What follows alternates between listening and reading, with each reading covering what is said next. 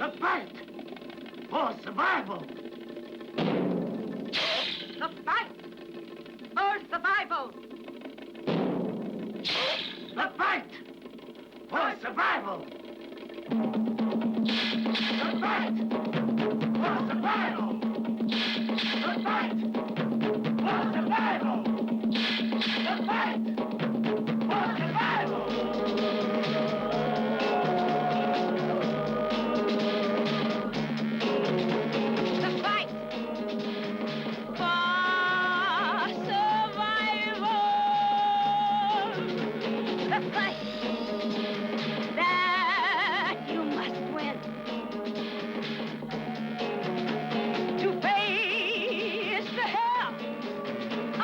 Jungle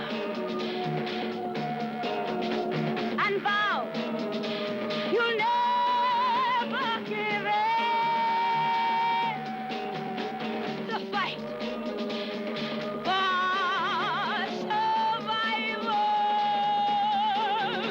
You win, or you will die. The strong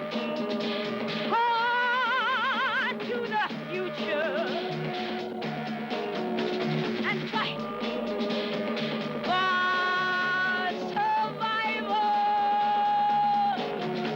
And fight for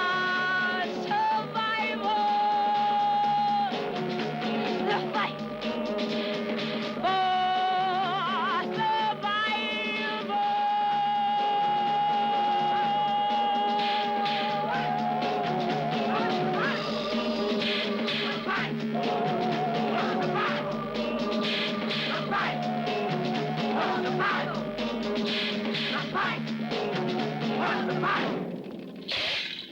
The fight for survival. The fight for survival. The fight for survival.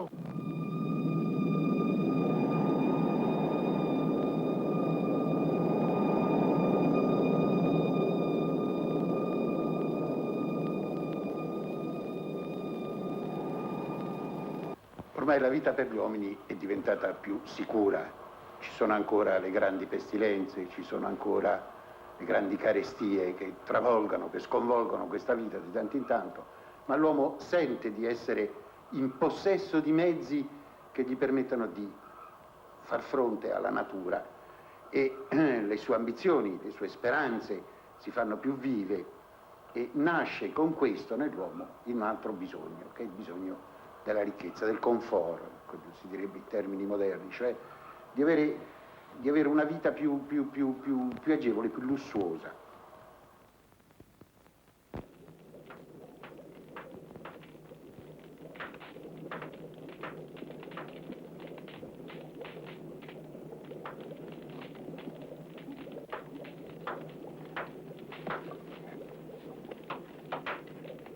Siamo nel secolo XV. Il tenore di vita medievale si è ormai stabilizzato, è maturato e ha portato ricchezza e benessere. Gli artigiani sono aumentati di numero, le loro conoscenze si sono ingrandite. Le formule che regolano il loro lavoro vengono trasmesse di generazione in generazione.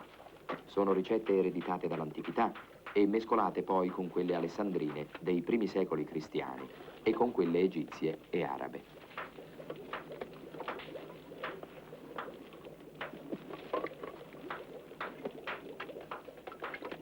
I metodi di lavorazione della cera per confezionare le candele, che in questo periodo conoscono una grande diffusione, sono per esempio ereditati dai Romani.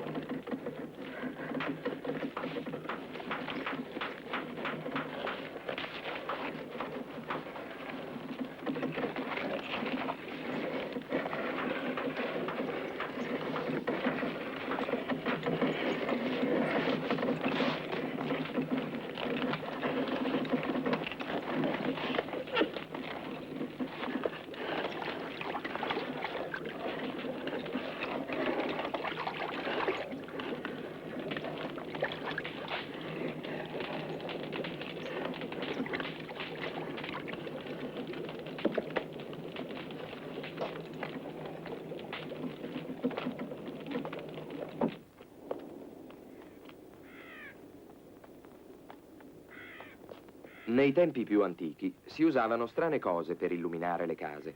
Uccelli come le procellarie o certi tipi di pesci erano disseccati e poi accesi ad una estremità. Essendo molto grassi, bruciavano lentamente, fornendo una discreta quantità di luce. I giapponesi e gli indiani, invece, usavano certi tipi di lucciole. Unendone a migliaia in ghirlande, creavano meravigliose luminarie nei giorni di festa. Le candele appaiono nell'antico Egitto e sono a forma di fuso, composte con materiale fibroso impregnato di sego o cera. Vengono usate soprattutto nei riti funebri. I romani cominciano a fabbricare candele cilindriche, immergendo il lucignolo in una forma contenente la cera fusa. Molto più tardi si imparerà a versare la cera intorno al lucignolo, procedimento che permette di ottenere candele più regolari. In questo periodo la grande richiesta del prodotto ha fatto nascere una vera e propria industria della candela. La cera è del resto usata anche per altri scopi. Si conoscono tabelle di pesi in cui la densità dei metalli è misurata in rapporto alla cera.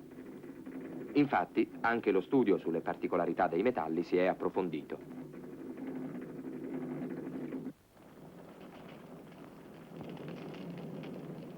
Trattati di metallurgia dell'epoca ci parlano dell'amalgamazione dell'argento, del forno a riverbero, del processo di liquazione, di procedimenti cioè validi tutt'oggi.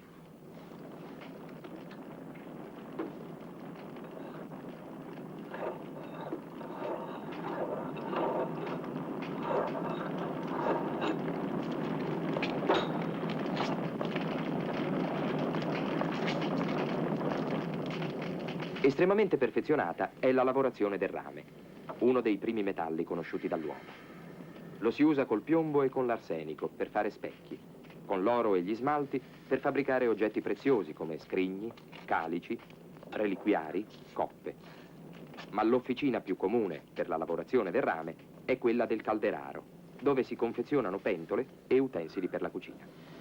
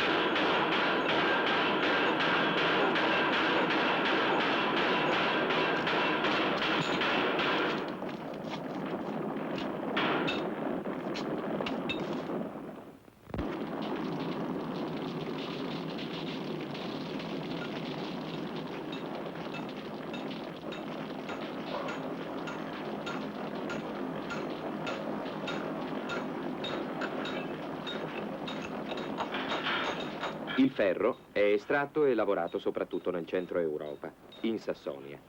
Non per nulla, nel XV secolo, Sassone e minatore sono sinonimi. I minatori sassoni, nel Medioevo, sono maestri dell'arte del ferro in tutta l'Europa. Si scoprono in questo periodo nuove tecniche. Si riesce con una discreta facilità a filare il ferro. Nei Paesi Bassi si fanno aghi con la cruna. A Milano e Brescia e a Passau si costruiscono spade. Le falci invece si forgiano in Stiria. Esiste cioè già una grande specializzazione nell'industria del ferro. Ci sono fabbri che costruiscono solo ancore ed altri specializzati in ferri di cavallo. L'Italia, la Francia, l'Inghilterra, il Belgio, la Germania importano e esportano grandi quantità di prodotti dell'industria del ferro e dell'acciaio. Sorgono potenti corporazioni di artigiani, come la Corporation de Febvre di Liegi, che detiene il monopolio dell'esportazione belga.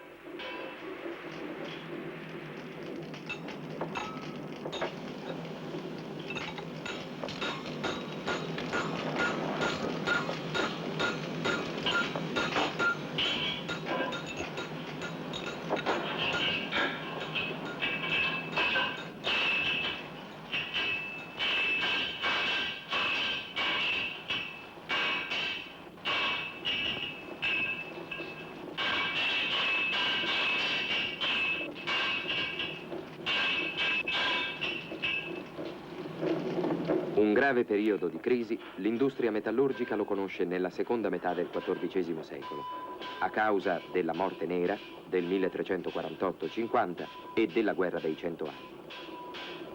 Le stragi compiute dalla peste e dalla guerra provocano una grande penuria di manodopera. La produzione del ferro diminuisce del 50%. Si promulgano leggi speciali per mantenere al lavoro gli operai. Le nazioni si disputano i pochi esperti rimasti. Non è facile uscire da questa crisi, anche perché di fronte a una produzione ormai imponente, i metodi di lavorazione artigianali risultano inadeguati. I tempi sono maturi per l'inizio di un processo di vera e propria industrializzazione, che richiederà l'impiego di ingenti capitali.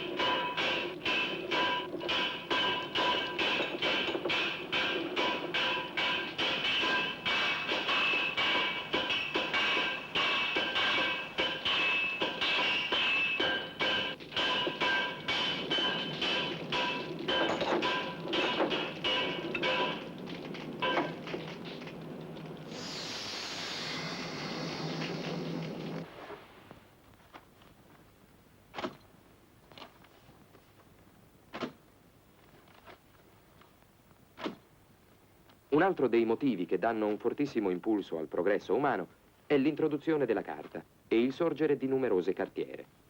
La carta, conosciuta in Cina già dal 105 d.C., è stata introdotta in Europa dagli arabi attraverso la Spagna nel XII secolo.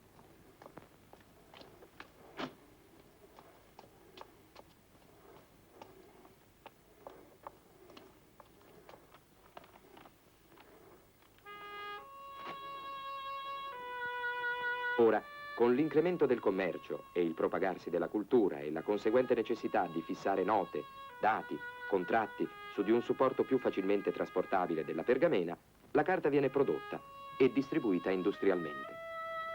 La preparazione e la fornitura del nuovo materiale sono i principali elementi che condizionano lo sviluppo dell'arte della stampa durante la prima metà del XV secolo. Intorno al 1447, a Magonza, inizia la sua attività la prima stamperia europea. 3 uomini contribuiscono principalmente alla sua creazione e al suo rapidissimo sviluppo. Johann Gutenberg, Johann Fust e poi Peter Scheffer. Nel 1450 Gutenberg a Magonza inventa un nuovo sistema di stampa, quello a caratteri mobili metallici. Questa invenzione, che non ebbe successo immediatamente, doveva in seguito rappresentare invece un incentivo immenso alla diffusione e al progresso della cultura e della conoscenza. Il primo esperimento Gutenberg lo fece con 800 fiorini che gli aveva dato l'Orafo Fürst, e con questi soldi lui montò la prima tipografia e iniziò la stampa della Bibbia in latino, quella cosiddetta delle 42 righe. Il risultato fu talmente modesto che il Fürst, spaventato, portò via tutto quello che c'aveva Gutenberg e che si ridusse totalmente in miseria. Un tal Corrado Emery, un po' di tempo dopo, gli dette 3000 fiorini e con questi lui montò un'altra tipografia e il risultato ottenuto con questo sistema, forse anche più perfezionato, fu tale che la stampa si diffuse dovunque in Europa ed è dall'attività, da questa nuova attività, che la cultura, che la conoscenza, che la scienza prese un nuovo impulso e la civiltà si sviluppò in un modo, come potrei dire, proprio violento, vertiginoso.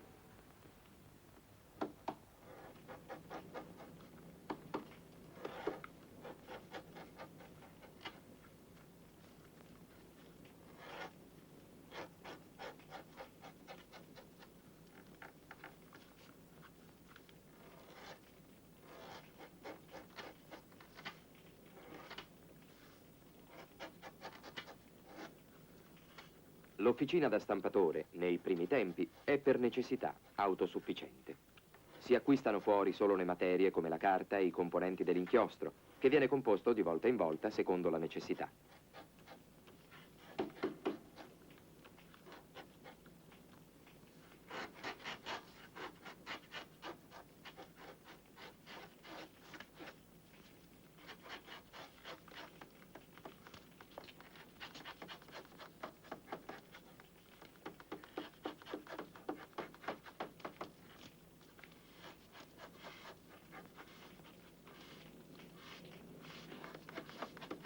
Si disegnano le lettere su punzoni d'acciaio, rame o ottone. Si battono poi questi su di un metallo morbido, come il piombo, e si creano così le matrici sulle quali si fondono i caratteri. Questi spesso non sono molto regolari. Una fusione difettosa o un distacco impreciso della matrice costringono l'esperto a limare la superficie fino a ottenere una discreta regolarità.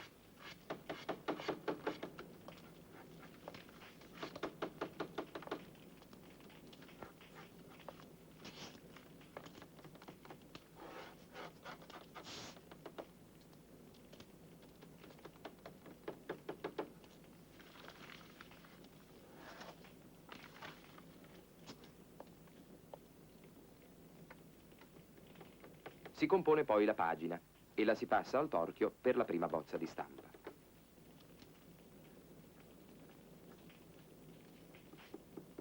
È un lavoro lento e durissimo, dati i mezzi del tempo. Occorrono settimane, mesi per compiere e perfezionare ogni operazione. Ma da questa prima stamperia escono opere meravigliose, come il Messale di Costanza e la grande Bibbia a 42 righe, le cui 1700 pagine in folio costituiscono un capolavoro di tecnica e di composizione. Per opera di questi geniali artigiani, fra il 1450 e il 1500 vengono stampati circa 8 milioni di libri, più di quanti forse tutti i copisti d'Europa ne avevano prodotti nei 1000 anni precedenti.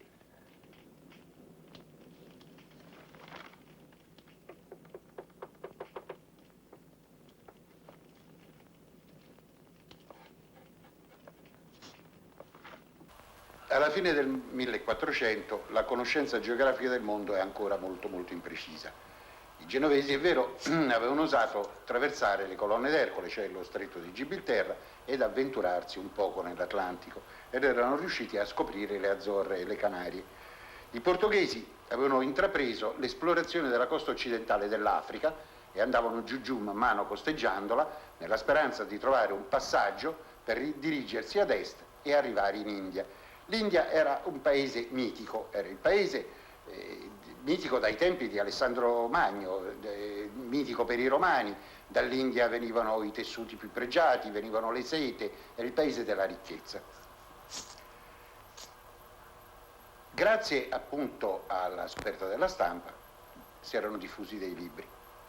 Da una parte il Milione di Marco Polo, che raccontava appunto il suo grande viaggio nel Katai, cioè in Cina, e un libro di Jean de Bourgogne, un libro assolutamente fantasioso, cui raccontava per esempio, non so, di lotte di aironi contro i pigmei, di uomini che avevano i padiglioni auricolari talmente grandi che la sera si ammantavano nelle loro orecchie e riposavano. Quindi tutto questo eccitava la fantasia e questo bisogno di andare alla scoperta del nuovo mondo e alla scoperta dell'India, le strade per raggiungere l'India. L'Islam si era sviluppato e la potenza musulmana impediva i traffici per le vie normali, quindi era diventato un grande bisogno e soprattutto in un periodo in cui lo spirito d'avventura si era talmente sviluppato, e di lì nasce appunto l'idea di Cristoforo Colombo, che è quella che adesso andremo a vedere.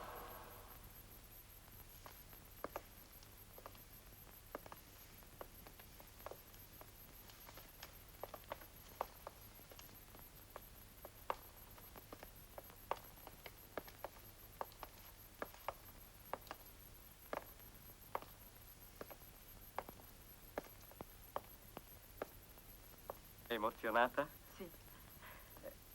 Sai come chiamano l'eminentissimo cardinale Gonzales de Mendoza che si è degnato di riceverci? No, Il terzo re. il terzo re. Ma sì, perché dopo il nostro amatissimo sovrano e la regina Isabella, sua sposa, egli è l'uomo più potente di tutto il regno di Aragona e di Castiglia. Ah,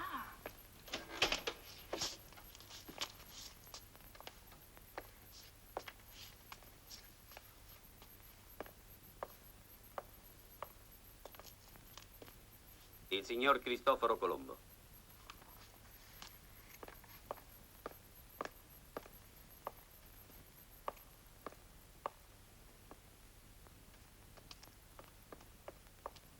Il signor Cristoforo Colombo. Il benevolo ed eccellente Don Alfonso de Quintanilla mi ha parlato di voi e mi ha invitato a ricevervi. Ora io vorrei che voi mi illustraste i vostri progetti. Porgo i miei ringraziamenti a vostra eminenza illustrissima per la gentilezza che ha avuto di ricevere un povero marinaio come me.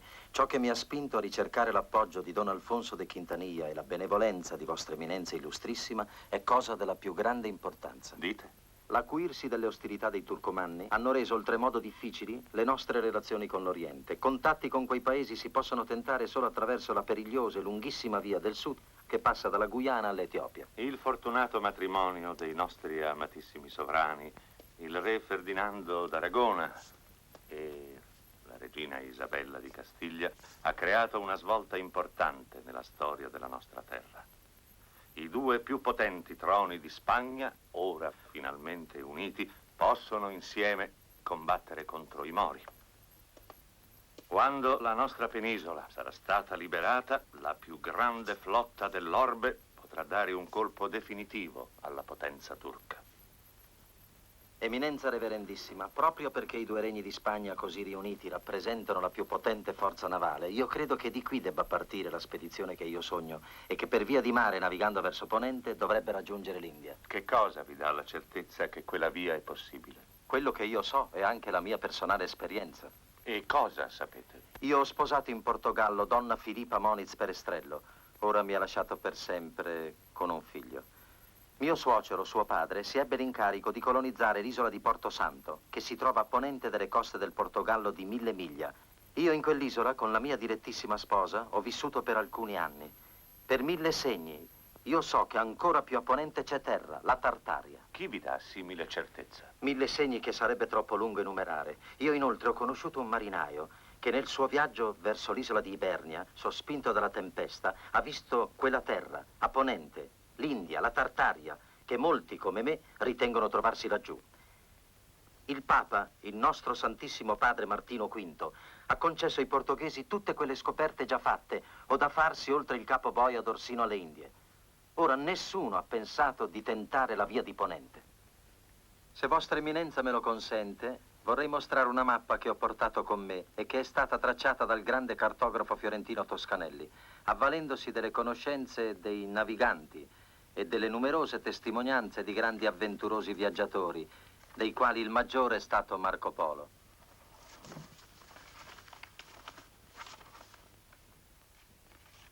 Come vostra eminenza può vedere, ora che ci è sbarrata la normale via dell'Oriente dai turcomanni, per raggiungere le ricche terre dell'India non ci rimane che o la via del nord, che sappiamo impraticabile, o la via di terra a sud dalla Guinea e dall'Etiopia.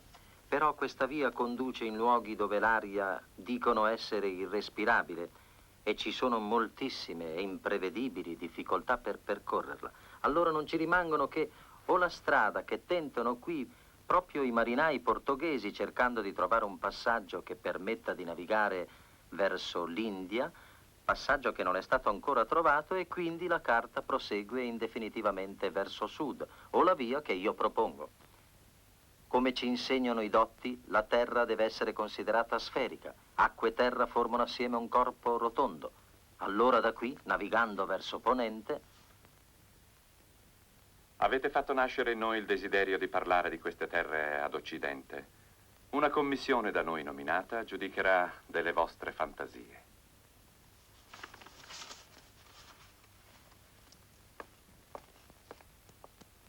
Noi astronomi, cosmografi, navigatori e filosofi, che abbiamo l'onore di far parte della commissione che Sua Maestà, il nostro sovrano Ferdinando, ha nominato per esaminare il vostro progetto di raggiungere l'India per via di ponente, vi chiediamo di volercelo illustrare. Io umilmente credo che le terre abitabili sono maggiori di quanto credono la maggior parte dei filosofi. Ma so, avendo letto con cura il racconto di Marco Polo circa il suo viaggio in India fino al Catai e da Sipango, che la distanza per via di terra fra la fine dell'Occidente, che è il Portogallo, e i paesi posti ad Oriente è molto grande. Ora, da 80 anni circa, con la scoperta delle isole del mare che bagna il Portogallo, che alcuni chiamano delle Tenebre ed altri dell'Atlantide, la fine dell'Occidente si è spostata ancora più ad Occidente di almeno 1000 miglia latine. Ciò fa, secondo i miei criteri, che la distanza tra la Spagna e l'India per via di Occidente è molto piccola ed agevole, anche perché è via di mare. Io quel mare, navigando dal Portogallo all'isola di Porto Santo, ho percorso più volte. E durante i miei viaggi ho cercato di misurare con la massima esattezza possibile la lunghezza di 1 grado alla circonferenza terrestre. E questa lunghezza ho accertato risultare di 56 miglia e 2 terzi. Quanto avete detto? 56 miglia e 2 terzi. Voi dite di aver misurato detta distanza voi medesimo? Ho fatto del mio meglio. Ho posto la maggiore cura possibile. Avanti, avanti. Andate avanti con la vostra spiegazione. Come è stato da più parti valutato, la distanza ad est, a levante, per la stessa via di terra percorsa da Marco Polo, cioè la distanza tra la Spagna e il Catai, che è il punto più orientale dell'India, copre 282 gradi della circonferenza terrestre. Allora, sottraendo dai 360 gradi dell'intera circonferenza questi 282, ne rimangono 78, e sono appunto la distanza che bisogna valutare per giungere da qui, in Iberia, fino al Catai. E poiché questi gradi sono di 56 miglia e 2 terzi, secondo quanto ho detto, e tenendo conto che io fo il mio calcolo partendo dalle isole Canarie, che sono le terre più a ponente che finora si conoscano, e tenendo conto che esse sono più a nord della circonferenza massima, cioè l'equatore, io calcolo che essi gradi siano di circa 50 miglia, il che fa la distanza verso ponente per raggiungere il Catai di 3.900 miglia, pari a 975 leghe.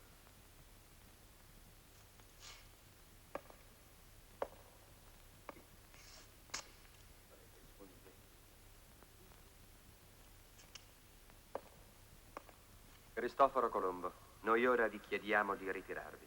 Sarete ulteriormente convocato per discutere più a fondo di questo problema. E quando sarà la data della prossima convocazione? Quando sarà trascorso il tempo necessario per sviscerare questo problema da voi posto.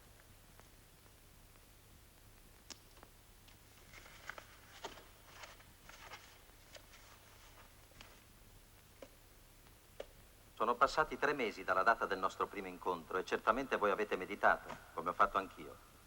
Credo che adesso tutta la discussione verta sulla valutazione della lunghezza di 1 grado. Certamente, perché questo è il punto essenziale da accertare per valutare se l'impresa che proponete è realizzabile. sono 18 mesi che stiamo discutendo questo problema e io ora voglio chiedere a voi, Cristoforo Colombo, se sapete che il grande cartografo, cosmografo e geografo fiorentino Paolo Toscanelli, di cui avete mostrato la mappa, ha adottato nei suoi calcoli e nelle sue carte un grado lungo 62 miglia e mezzo. Per cui la distanza da voi calcolata da Liberia al Catai si vedrebbe immediatamente aumentata da 3.900 miglia a 4.908, ovvero sia a 1.227 leghe. Ma se anche questa misurazione fosse sbagliata,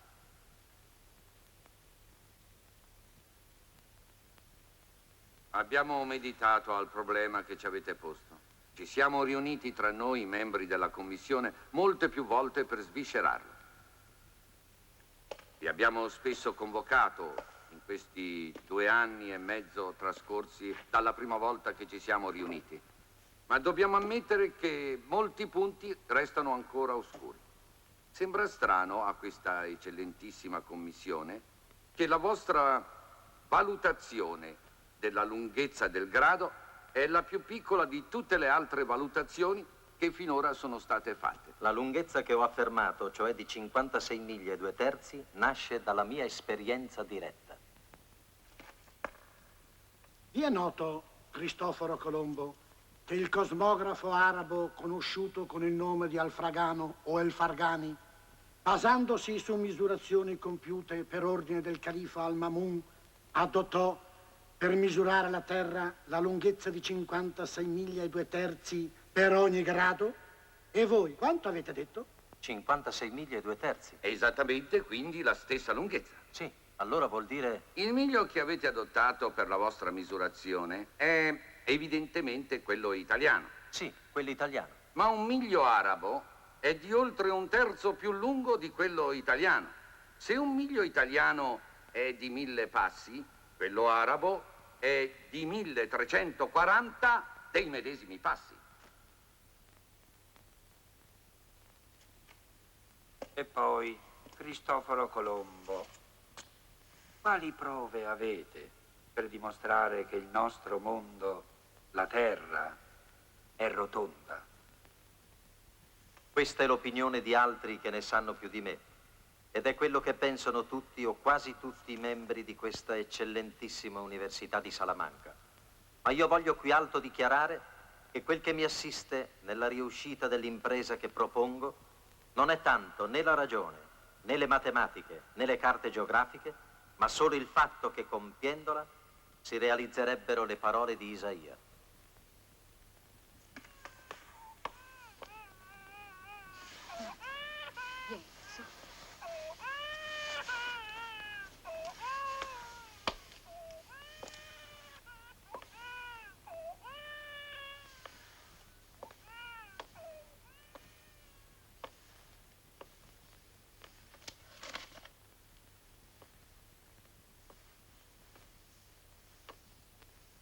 Ti devi rendere conto. Cosa fare dinanzi ad una risposta negativa?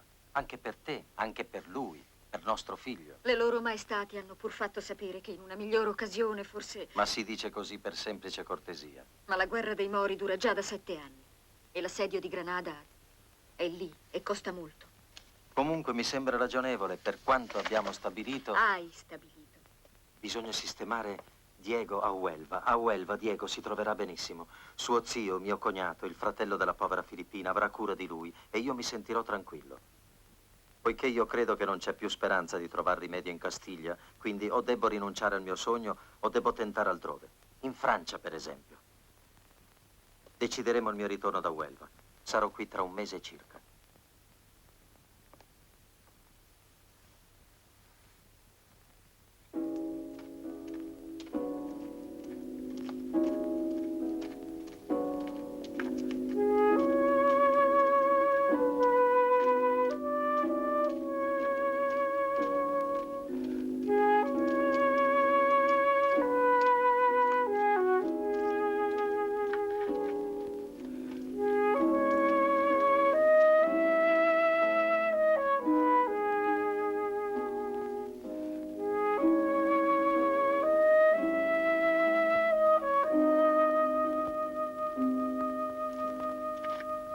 viaggi ho visto i mostri che abitano i mari, leviatani o balene. Li ho visti verso le Azzorre, si vedono di lontano perché soffiano alta, alta una gran fontana d'acqua. Ma un giorno uno ce n'è apparso davanti a men di 100 cubiti. Le acque si sono aperte all'improvviso ed egli è emerso e si è innalzato fora dall'acqua, su alto 50 passi, e così alto emergeva solo fino ai fianchi. Ello è un pesce soffiante ed ha coda che è immensa, larga più di 30 passi, messa per piatto.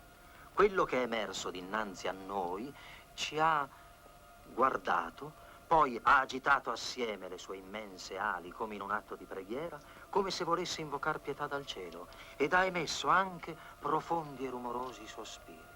Forse soffre per la sua immensa mole, o anche perché aspira a sollevarsi fora di quel mare in cui madre natura l'ha immerso. Il Leviatano è immenso ed immensa forza. È stato visto lottare e vincere macrocefali grandi come prati ed irti di tentacoli lunghi centinaia di cubiti. Non mangia l'uomo, sembra. Il monaco Giona è stato inghiottito da una balena, ma poi 3 giorni dopo è stato restituito senza che alcun male gli fosse fatto. Il Leviatano ha un occhio solo al posto delle orecchie ed è certo questo che lo fa soffrire. Io ho visto in questo Leviatano immenso questo unico occhio. Sono certo, un occhio piccolo, curioso e folle. Poi il Leviatano è ricaduto in mare. Poi è riemerso, grondante acqua. La sua immensa coda ha percosso con un immenso fragore di tuono le onde. Poi tutto è scomparso e le acque del mare hanno ribollito. Chi in questo mondo può eguagliare un Leviatano?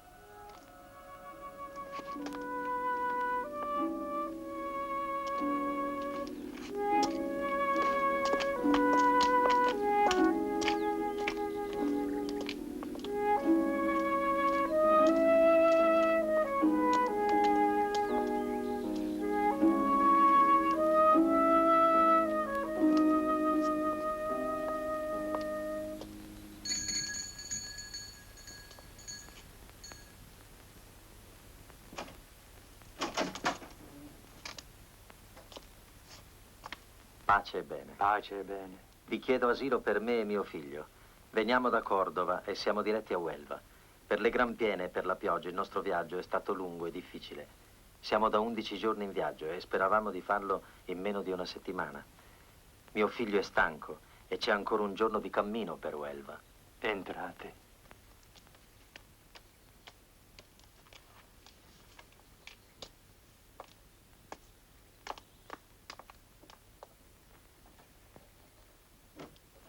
Mio caro padre Perez, io so che indipendentemente dalla lunghezza di un grado, al di là del mare c'è l'India e c'è il Cathay. Lo so per mia scienza, per molti segni che ho raccolto in questi anni.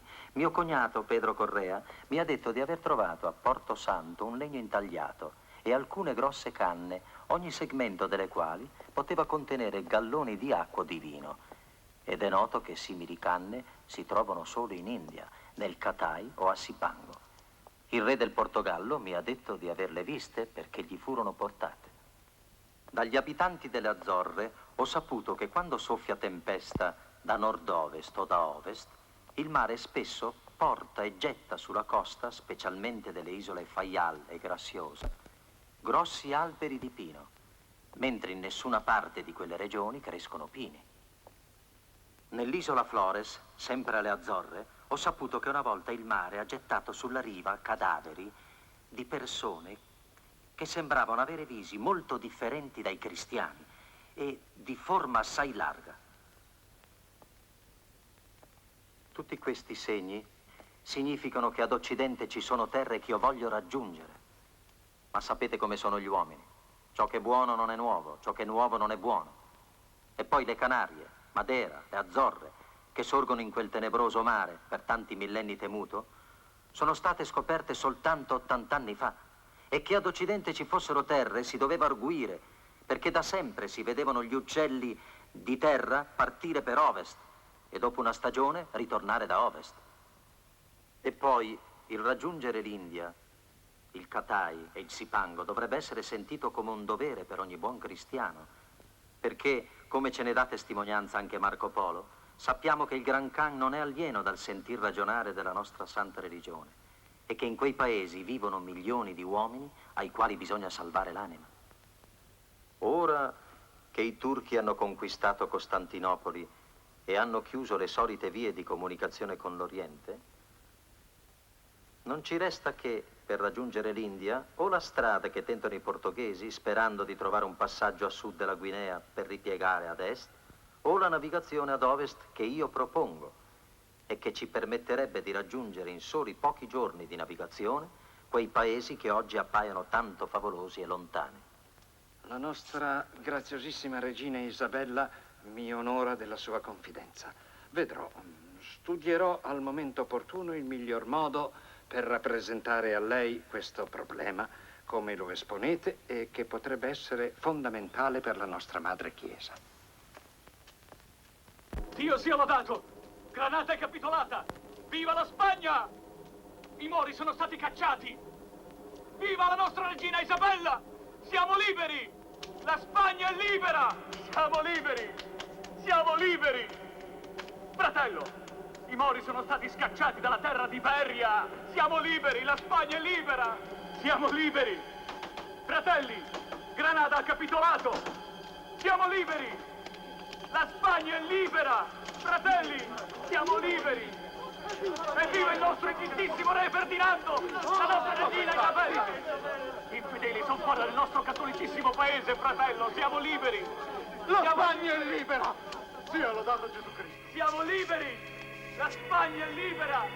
Granada ha capitolato, fratelli! Siamo liberi! Dov'è padre Angelico? Non lo so. Vallo a chiamare. Chiama anche padre Antonio, che è sempre in ritardo. Sì. Padre Perez è pronto per il viaggio.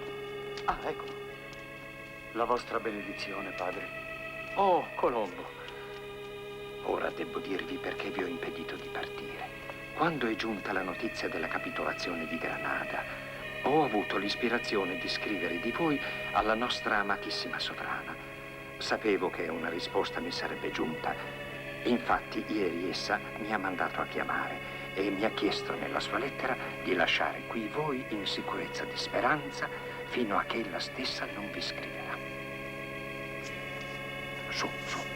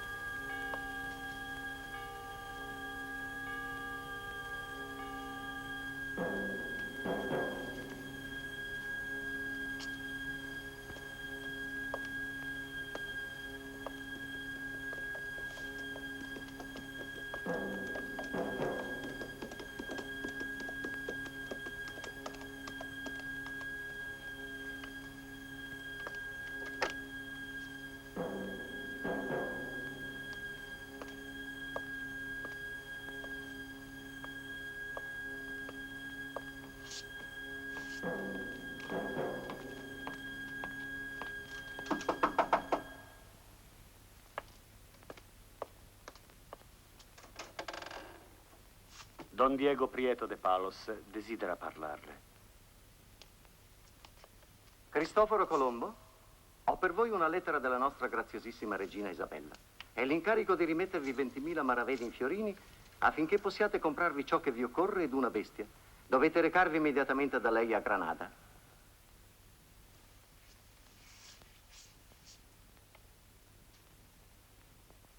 I cristianissimi, nobilissimi, eccellentissimi e potentissimi principi, re e regina delle Spagne e delle isole del mare nel presente anno 1492, dopo che hanno vinto la guerra contro i Mori, che regnavano in Europa nella grandissima città di Granada, oggi, nel giorno 17 del mese di aprile, sulla base delle informazioni che Cristobal Colón ha fornito alle altezze eccellentissime circa le terre dell'India e di un principe chiamato Gran Khan, che è come dire re dei re nella nostra lingua romanza, ed in base al fatto che molte volte esso re e i suoi predecessori hanno chiesto a Roma uomini dotti nella nostra fede che potessero illuminarli in essa, e dato che il Santo Padre non li ha mai accontentati, per cui tanti popoli si dannano,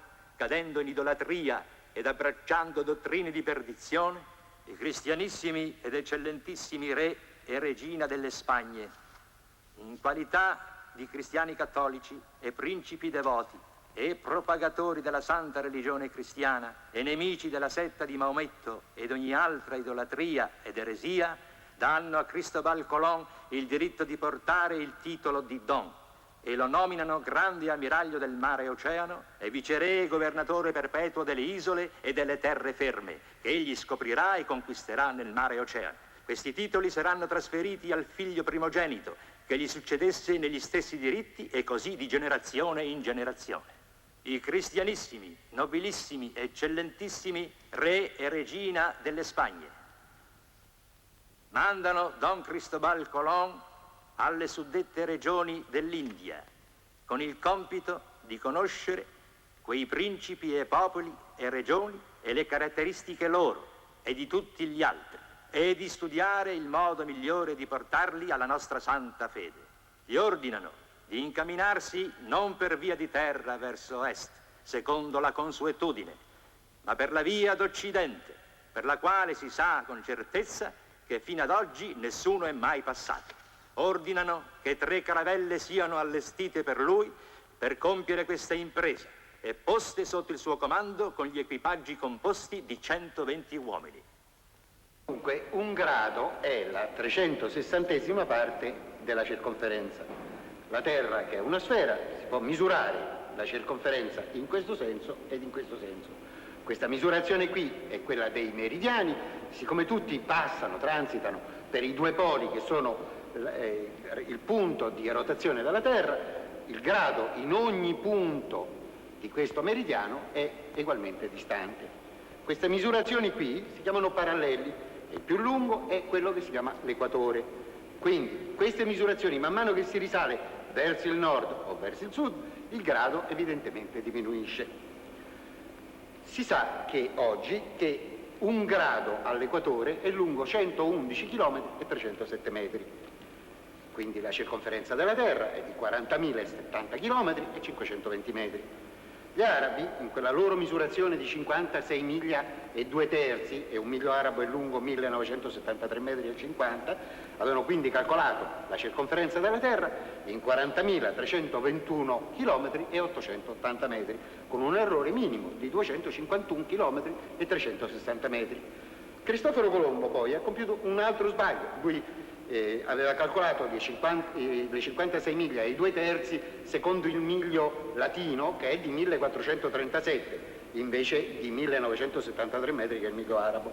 Quindi ha immaginato una terra infinitamente più piccola. Poi, e l'errore l'aveva già compiuto in precedenza anche il Toscanelli, lui pensava che dall'estremità della Spagna, dell'Europa, fino all'estremità dell'Asia, l'estremo oriente, la distanza fosse di 290 gradi, quindi per finire la circonferenza mancavano 78 gradi, mentre in effetti la distanza dalla Spagna fino all'estremità dell'Asia è di 190 gradi, quindi rimangono 170 gradi per compiere l'intera circonferenza. Sottolineo questo perché se Cristoforo Colombo avesse saputo che c'era da compiere 170 gradi della circonferenza invece che 78, cioè 13.500 miglia, probabilmente non si sarebbe avventurato in questa impresa. Ma una cosa che bisogna osservare, che è strana, è che Cristoforo Colombo con queste misure sbagliate aveva pensato che si poteva raggiungere il Cathay, cioè l'estremità orientale della Cina, che era posta, la immaginava posta a 78 gradi a ponente dell'Europa. E a 78 gradi esattamente a ponente dell'Europa ha trovato l'isola di San Salvador, che è stato il primo lembo di terra del continente nuovo dell'America moderna. Questo 78 gradi l'ha talmente confermato nella convinzione di raggiungere l'India che gli abitanti di questo continente da allora si sono chiamati indiani, e queste isole, questo gruppo di isole si chiamano ancora le Indie occidentali.